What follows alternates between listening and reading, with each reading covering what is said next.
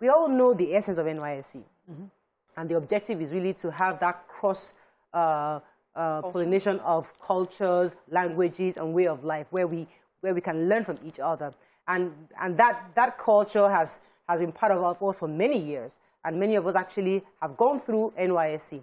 But these times of insecurity, banditry, kidnapping going on, many families are worried that many of their children are being transferred to these areas. And I'd like to hear your thoughts on this. Do you think, I don't want to say do you think they have a reason to worry, because it's almost obvious, but in the sense of the real crux of what NYSC is about, shouldn't we find ways to ensure that our children are safe, even if they are posted to these communities? The NYSC core helps people interact and appreciate culture across board.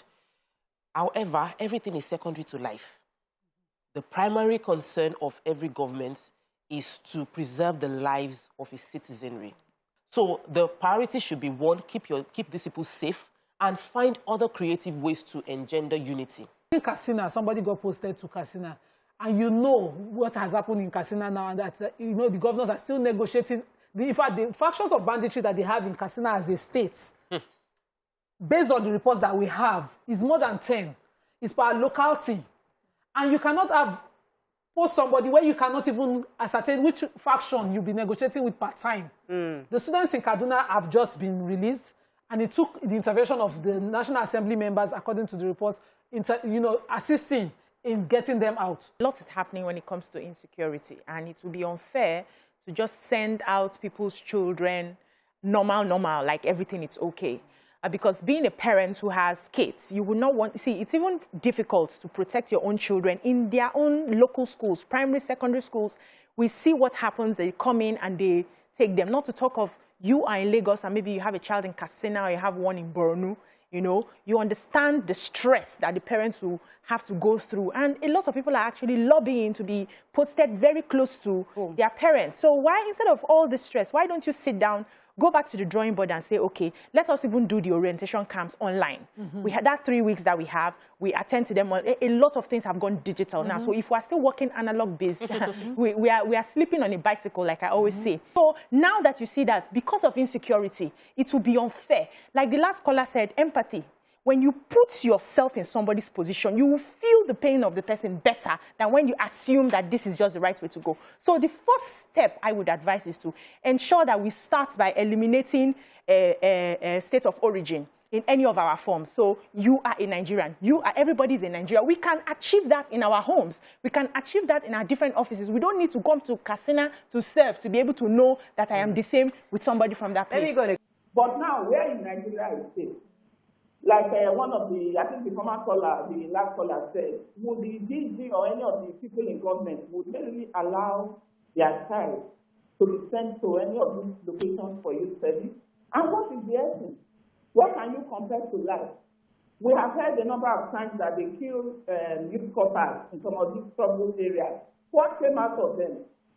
Have we seen anybody being prosecuted for that crime? You don't control the family and life moves on. These are children that their parents have invested so much into, and you are looking forward to them being in the society and being on their own. And they don't just get killed because you believe that it's important to go for national youth service. In my candid opinion, that program has outlived its usefulness, and it should be scrapped, if not permanently, till further notice. But I think that we don't run away from problems. We don't cut off the head because we have headache. We find ways to solve the problem. And so your question about what's the other option available?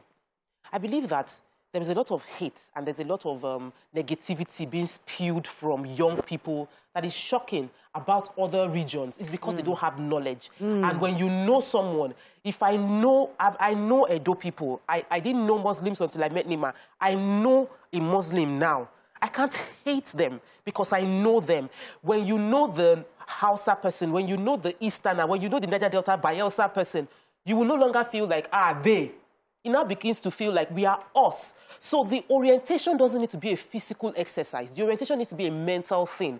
And with technology, you can have your 3 weeks orientation where psychologists will design a program that nobody that goes through that program will come back thinking anybody is, anybody has, this person is, they are from this area, they are not like us. You can design a program of pure orientation that will change the mindset of everyone that goes through the NYSC, and they can do it from wherever they are. Online. But the lack of ability to be creative is my problem. That why would a person whose job is to do the head of the NYSC be willing to deploy people to any place right now? It shows insensitivity. Why would you do that? There's a lot of tension.